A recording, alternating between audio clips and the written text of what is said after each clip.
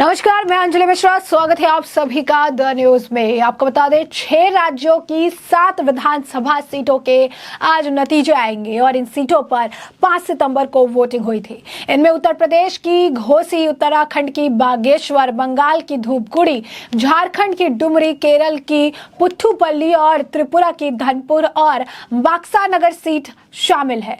तो ऐसे में आपको बंगाल की धूपगुड़ी सीट के बारे में हम आपको बता दें, जहां पर जो मुकाबला है वो भाजपा, कांग्रेस और तृणमूल कांग्रेस के बीच है, यानी त्रिकोणीय मुकाबला है। और इस मुकाबले में बीजेपी ने आप कह सकते हैं कि बाकी 2 प्रतिद्वंदी जो है उन्हें पीछे छोड़ दिया है। जी हाँ, बिल्कुल सही सुना आपने। बीजेपी बहुत ही बढ़िया तरीके से अपनी बढ़त बढ़ाते हुए आगे बढ़ती हुई नजर आ रही है। बीजेपी लगातार आपको बता दें कि एक बड़ा नेक टू नेक कंपटीशन अब चला आया है। टोटल 10 राउंड में गिनतियां पूरी होंगी और अभी 2 राउंड की अगर हम बात करें तो 2 राउंड में जो निकलकर सामने आ रहा है, बीजेपी तकरीबन 1018 वोट से आगे चल रही है। बीजेपी ने 18,000 वोट जो है अपने नाम कर लिए हैं। बीजेपी के अभी सेकेंड राउंड की काउंटिंग के बाद हम आपको बता दें कि आंकड़ा क्या है। बीजेपी का आंकड़ा है 18,165, तो वहीं तृणमूल कांग्रेस का आंकड़ा जो है वो है 17,147। जी हाँ, बिल्कुल सही सुना आपने। और इसी के साथ नोटा को मिले हैं 360 और सीपीएम या को मिले हैं 2080। तो आप देखिए कि बीजेपी जो है किस तरीके से आगे चढ़ी। और पश्चिम बंगाल को लेकर जहां पर बीजेपी काफी सीरियस भी है। शुरुआत से बीजेपी लगातार पश्चिम बंगाल में अपनी पकड़ मजबूत बनाने की तैयारी में लगी हुई थी और ऐसे में ये चुनाव बीजेपी के लिए एक आप कह सकते हैं कि एक तरीका है, एक जरिया है जहां पर बता सके बंगाल के लोग के मन में परिवर्तन देखने के लिए मिल रहा है। ऐसे में पश्चिम बंगाल की धूपगुड़ी सीट पर INDIA अलायंस के सदस्य कांग्रेस और तृणमूल एक दूसरे के खिलाफ चुनाव में उतरे हैं।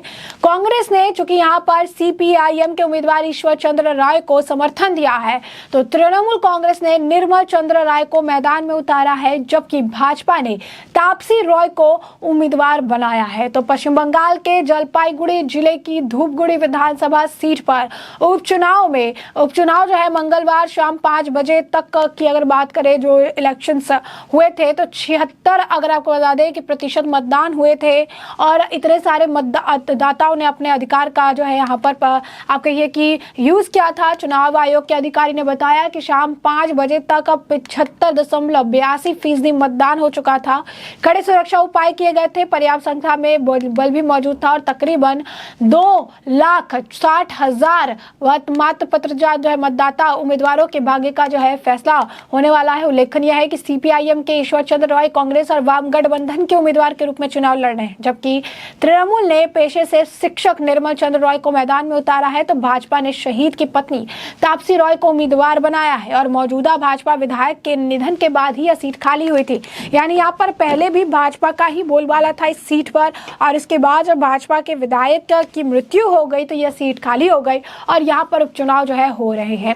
और ऐसे भी यहाँ पर अभी भी बीजेपी ने जो है बढ़त बनाई हुई है और ममता के लिए, ये कह सकते हैं पश्चिम बंगाल की मुख्यमंत्री ममता बनर्जी के लिए ये बड़ा झटका के तौर पर देखा जा रहा है, क्योंकि ये पहली बार है जब पश्चिम बंगाल में अगर आप देखेंगे सत्तारूढ़ पार्टी से ज्यादा कोई, अगर आप कहेंगे कि इतनी ज्यादा वोट जो है मेंटेन कर रहा है। और बंगाल की राजनीति में ये बहुत बड़ी बात है कि सत्तारूढ़ पार्टी से ज्यादा जो विपक्ष का कोई कैंडिडेट है वो इतनी ज्यादा वोट से आगे चल रहा है। तो साफ तौर पर अगर आप कहेंगे तो ममता बनर्जी के लिए झटका है। और ये कहना गलत नहीं है कि जिस तरीके से सेकेंड राउंड में बीजेपी लीड कर रही है और इसी तरीके से आने वाले समय में हो सकता है कि बीजेपी का और अपर हैंड रहे, क्योंकि अब पश्चिम बंगाल की जनता ममता बनर्जी और उनके कह सकते हैं कि साथियों, उनके करीबियों के घोटाले से, ईडी की छापेमारी, CBI की छापेमारी से, इनके द्वारा किए गए विश्वासघात से अब उब चुकी है और परिवर्तन चाहती है।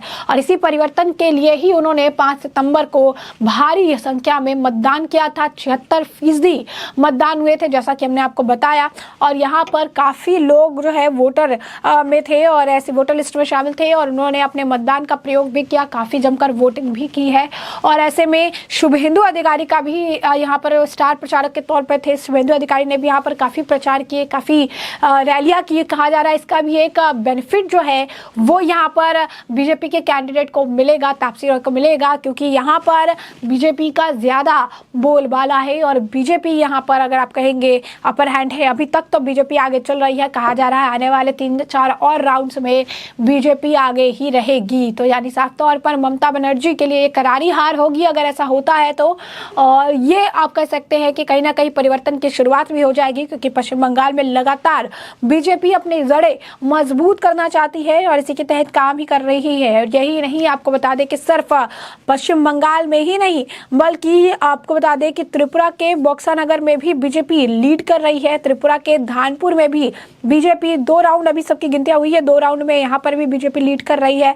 वेस्ट बंगाल के धूपगुड़ी में भी बीजेपी लीड कर रही है।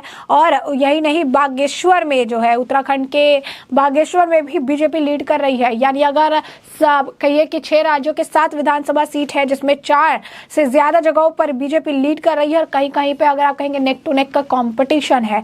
और कहीं ना कहीं लोकसभा चुनाव 2024 के चुनाव से पहले जब उपचुनाव जैसे अगर आप कहिए कि इस तरीके के बाई इलेक्शंस होते हैं तो ये शक्ति प्रदर्शन करने का एक बहुत ही बेहतरीन तरीका होता है। और यहाँ पर यह भी दिखाने का कि अभी जो है हार नहीं मानी है, लड़ाई अभी भी जारी है और आगे भी लड़ते रहेंगे। और ऐसे में पश्चिम बंगाल में बीजेपी की ये बड़ी बढ़त चीख चीख के बता रही है कि अब पश्चिम बंगाल की जनता परिवर्तन चाहती है। और यही ममता बनर्जी के लिए एक बड़ा झटका जो है आने वाले समय में साबित हो सकता है अगर उपचुनाव में बीजेपी ने जो है ममता बनर्जी के कैंडिडेट को हरा दिया। तो यहाँ पर सीपीआईएम को कांग्रेस का समर्थन है, वही कांग्रेस जो विपक्षी गठबंधन INDIA गठबंधन का हिस्सा है और वही अपने ही साथी तृणमूल कांग्रेस के खिलाफ सीपीआईएम का समर्थन कर रही है, उनके द्वारा किए गए कैंडिडेट का समर्थन कर रही है।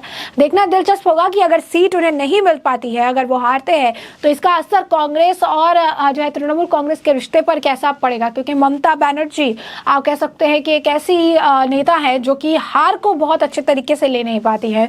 तो उनका जो गुस्सा है वो कांग्रेस पर किस तरीके से निकलेगा ये देखना भी दिलचस्प होगा।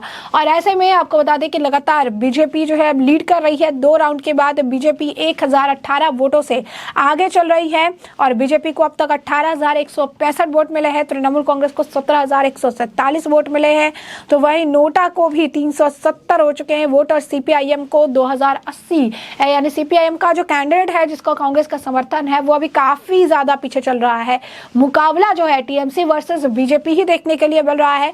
टीएमसी वर्सेस बीजेपी ही यह मुकाबला है, मतलब बताने के लिए तो त्रिकोणीय मुकाबला है, लेकिन यहाँ पर सीपीआईएम कांग्रेस समर्थित सीपीआईएम के कैंडिडेट का पता कर चुका है और अब जो कंपटीशन है, अब जो मुकाबला है वो तृणमूल वर्सेस बीजेपी का है और जहां पर बीजेपी बढ़त बनाते हुए शानदार तरीके से आगे बढ़ रही है। दूसरे राउंड के बाद 1018 वोटों से बीजेपी का कैंडिडेट जो है आगे चल रहा है। शुभेंदु अधिकारी ने भी काफी कुछ कहा था, यहाँ पर प्रचार भी किया था, अब इसका असर दिखता हुआ नजर आ रहा है। 2 राउंड के बाद पहले राउंड में 1500 वोट से आगे थे बीजेपी और दूसरे राउंड के बाद 1018 वोटों से बीजेपी आगे चल रही है। और इसी तरीके से अगर बीजेपी ने ये आंकड़ा मेंटेन करके रखा तो आप कह सकते हैं कि 8 या आप कह सकते हैं ज्यादातर 8 राउंड के बाद जब ये गिनती कंप्लीट होगी तो कई सारा जो मामला है ये स्पष्ट हो जाएगा कि बीजेपी की आप कह सकते हैं कि बंगाल की इस दूरपुरी सीट पर किसका बोलबाला देखने के लिए मिलेगा। बता दें पहले भी यहाँ पर बीजेपी का ही बोलबाला था, यहाँ पर बीजेपी के ही कैंडिडेट थे, लेकिन उनके निधन हो जाने के बाद ये सीट